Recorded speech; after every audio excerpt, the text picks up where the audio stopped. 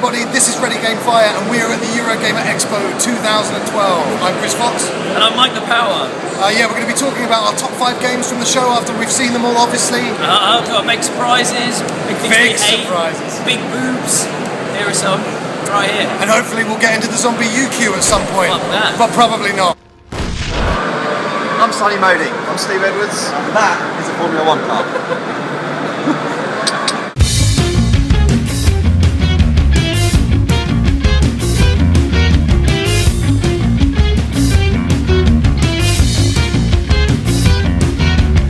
How's the gamepad working out for you, Steve? It's pretty cool.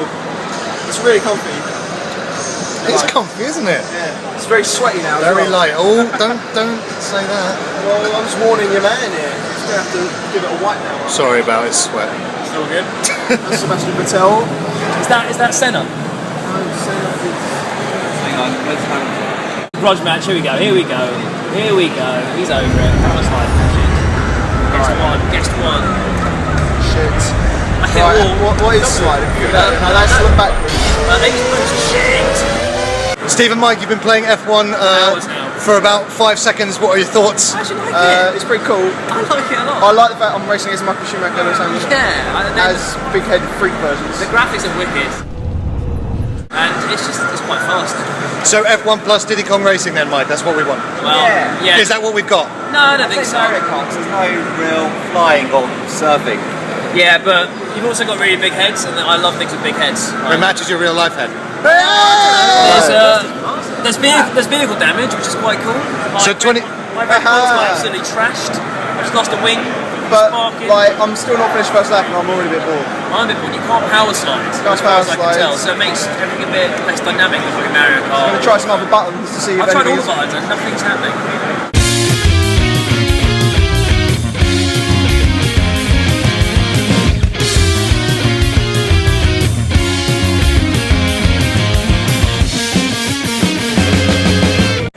You can't tell, but it's an hour queue to get on Aliens. 1 whole hour. Is it worth the hour? Yeah, of course, man. Of course, man. So Steve, God of War by numbers or something more? It looks ridiculously good. Somehow looks better than God of War 3, which is still the best looking console ever. Let's get a confirmation on that. Yeah, it looks pretty good. I'm going to fuck this guy up, mate.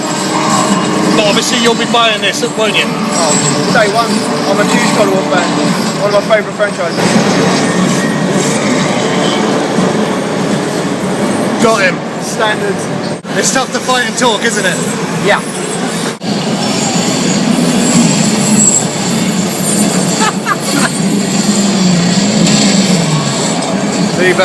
That elephant's not going to forget that in a hurry. Zeus! Your son has returned. I bring the destruction of Olympus! Fuck me, was that good? So yeah, it's what you want from God of War. They've changed enough, it seems, so it plays really, really well.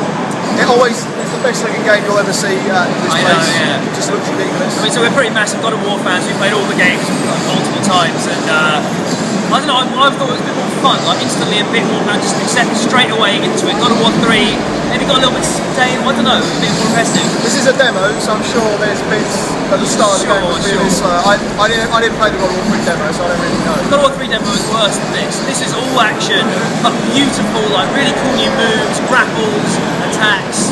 Really excellent, and yeah, I don't know, man, that's instantly straight up for me. Yeah. Oh, God of War!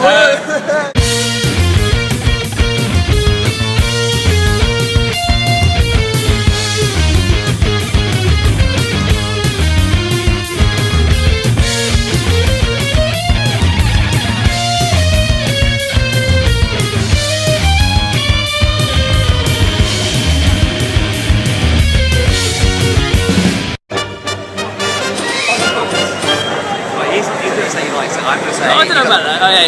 Hey there, yeah. So we just played Metal Gear Solid Rising, and yeah, it was decent.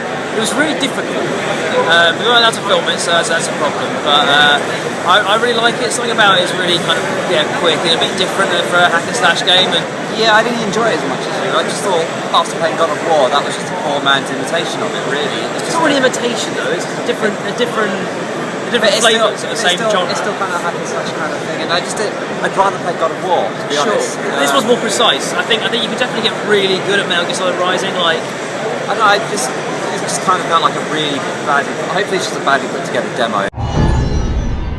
It's that guy. I have to beat him no matter what. And make that chair mine. Alright. I enjoyed it. I thought it was really good. And you were most worried about it being completely different from the other games, right? I did some stealthing as well. There was one area where you had like 2 geckos patrolling around and like three guards, like sniper rifle things, and just stealth the guards, snuck behind when they didn't see me. I thought, this is better. This is this is Metal Gear. That's what I want to see. Metal Gear. And the fighting's cool. I mean, obviously it's over the top. It's a bit stupid. The slow motion hacking thing seems to make it too easy. I mean, I suppose the final boss is like the demo is a panther thing, and I had it cornered and he couldn't move, and I could just hack him. I got a 62 combo and killed him. I was like, this makes it a bit too easy. Stop downplaying your skills, Steve. Well, I mean, I smashed it and I was down there. But yeah, it's good. I like it. I'll definitely get it, like I say. Hopefully the story's good. That's the most important thing for me, Metal Gears, really, so we'll see how it goes.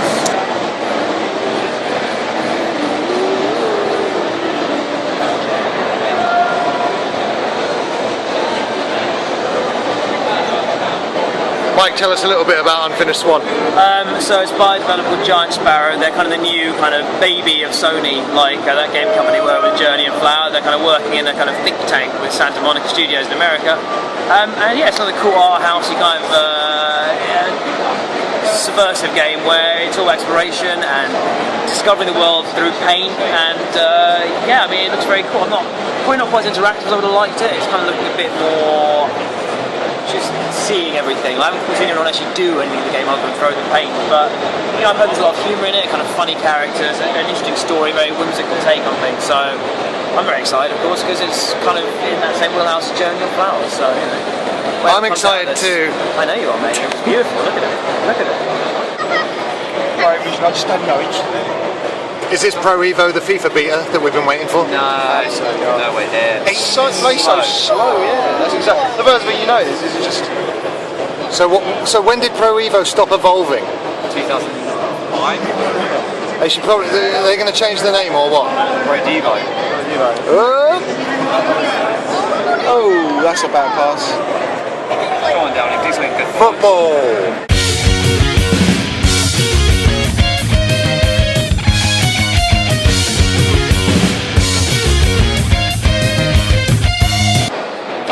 Hello, just admiring the Call of Duty thing down. Have you seen what we got? It's amazing.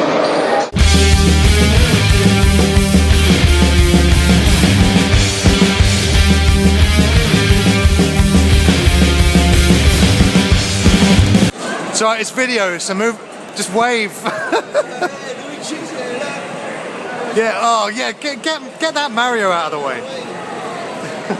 You're the best one, Luigi.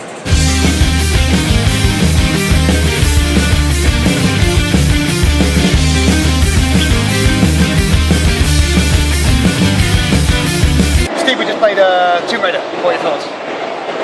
Looks great. The demo, I was saying to Mike, really strange choice of demo. Dull demo. Shoot a deer, you can shoot a bird. Mike did it, I did it. It was quite fun. I just saw Mike fall off a ledge. Yeah, the first thing Mike did was die. Yeah, but it's like what I don't understand why we would get a demo with a really exciting Uncharted-esque set piece in to show off exactly what the game can do. Quite dull. Yeah, I agree. It would have been the more obvious call. No gunplay as well. I mean, I know that's not what you're going to need, but plus the place we were running around was a bit, you know, just a jungle. I'd like to see somewhere a bit more exciting. And if you want to talk about like PlayStation All-Stars Battle Royale and Smash Brothers, then you've got to talk about Uncharted and Tomb Raider. I mean, what happens when you die? Oh yeah, Ghost of Tsushima. It's exactly the same. It's identical. Mike says loads of games do it, but I can only think of Uncharted and now Tomb Raider. Thank God Mike's not here right now.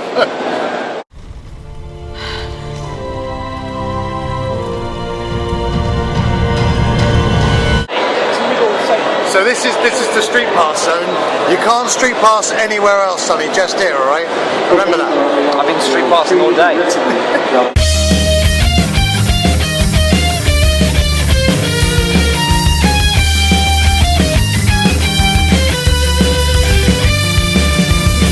Oh, we've been playing Assassin's Creed. Oh man, it's darn good. It's like playing two different games though, isn't it? Yeah, you were saying that a lot. The first demo we played was just standard Assassin's Creed, and it was pretty underwhelming. We had to stand in the queue for like half an hour and watch the whole demo play out, and then play the demo. I was bored during the demo. Yeah, it was decent, but there was nothing new to see.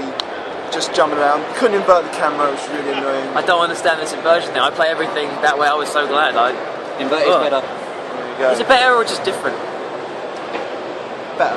Anyway, but yeah. Then what do we see? We played the incredible seafaring levels, which were just amazing. Stunning.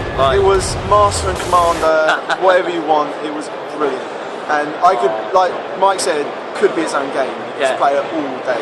It was brilliant. One of the highlights for me. It was just brilliant. I think in Assassin's Creed, part of it will be upgrading that ship, like whereas the other one's upgrading your town. I think this one's all upgrading your ship. Yeah, you'll actually care about doing it. Because it, like, I think the first thing Chris said was like, when you start driving it down this narrow valley or whatever, you know, he was like, I don't want to wreck this, it's a nice ship. And he's right. It was so tempting to just try and like put it on the beach and see what happens. I know, but later on when you're chasing down all these ships, you look, I mean, you're trying to avoid ramming them. When you get tagged to the back by a massive ship and you get crashed off course, cannonballs are flying over your head and you said, oh, it's amazing. Yeah, it's really good. Suddenly, well, we were moaning about boring seeing the same stuff, and then they hid that away and we got to play it. Yeah, one of the highlights of the show so far. So.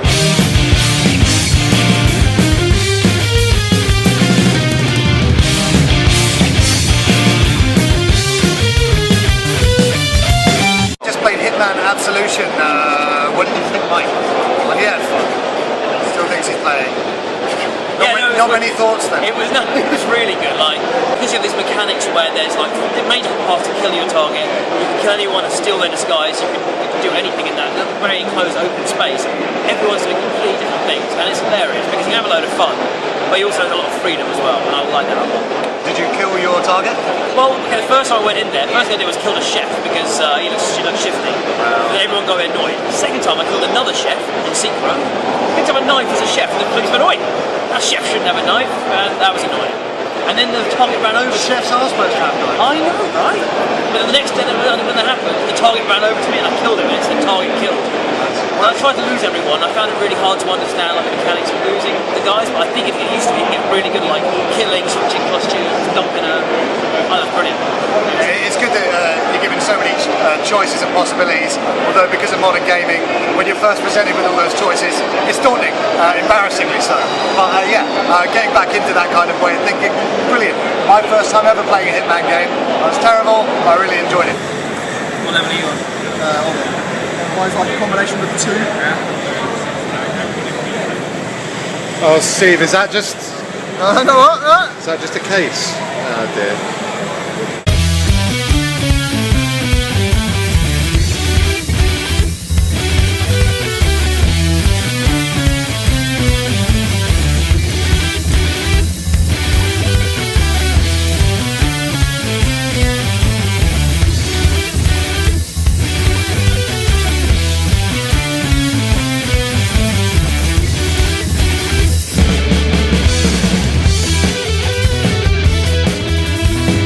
Well, the fifth most disappointing game was Pro Evo.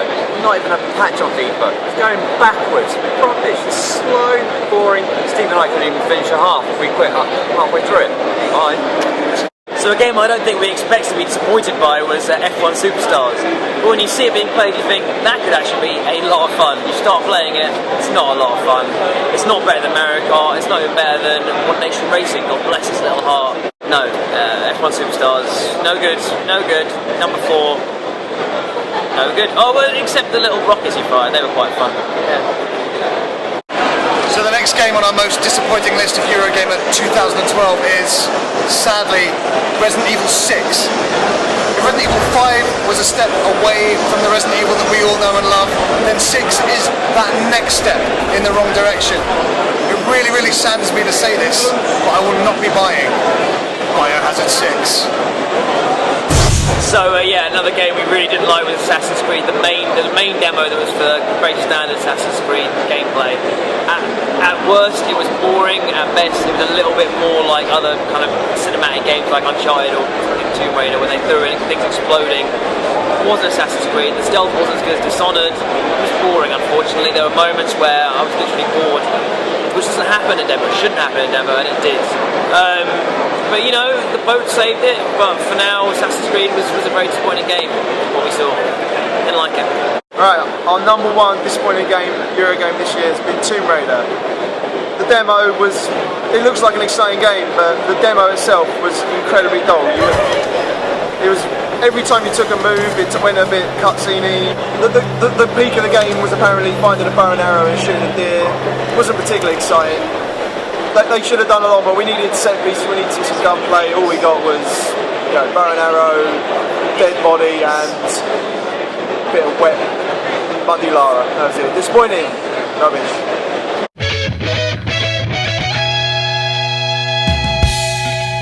Right, this is number 5 in our top 5 games. Is Assassin's Creed 3. And for one reason only, the boat mode was fucking brilliant. Didn't really care about the other mode, but boats are so good. Puts it straight in the top 5. Thank you. Who cares about stealth? And number 4, it's Metal Gear Rising. Yeah, it's not the same as the games that you play as Snake, but the blade mechanics in this is brilliant. I hope you check this out when it comes out. I will be. It's Metal Gear Rising Revengeance. Number 3, Dishonored. Ever wanted to slow down time, move a guard in front of the bullet, shot himself so that it kills him? Dishonored sorts that out for you. That's why it's our number 3. Number 2, it's big old God of War Ascension. We love this. Single player was brilliant, beautiful, fluid, kind of new, kind of exciting. Multiplayer plays a day, excellent. We all had a big old time, mashed each other up. I was obviously the best. You know, I killed everything, won the game for everyone, and then fell off the edge. But apart from that, it was absolutely brilliant. Quite surprising that we didn't think it'd be quite as good as it was. And it's for all the cues. It's in a weird, they put it in a weird place. Sony have not quite got the push they want for this. But I think we all agree we're all getting day one, teaming up and taking down some big titan fools. We love it. 2. And Renegade 5's game of the show is Hitman Absolution. It's all about stealth, or as Chris Fox did, just run up to the guy, shot him in the face and escape. Play it your way. That's why it's our game of the show. So that's the end of our coverage of this year's bigger, badder and busier Eurogamer Expo. If you weren't here this year, you need to get down here next year. I promise you, you won't regret it. So much to see, so much to do, and we'll see you then.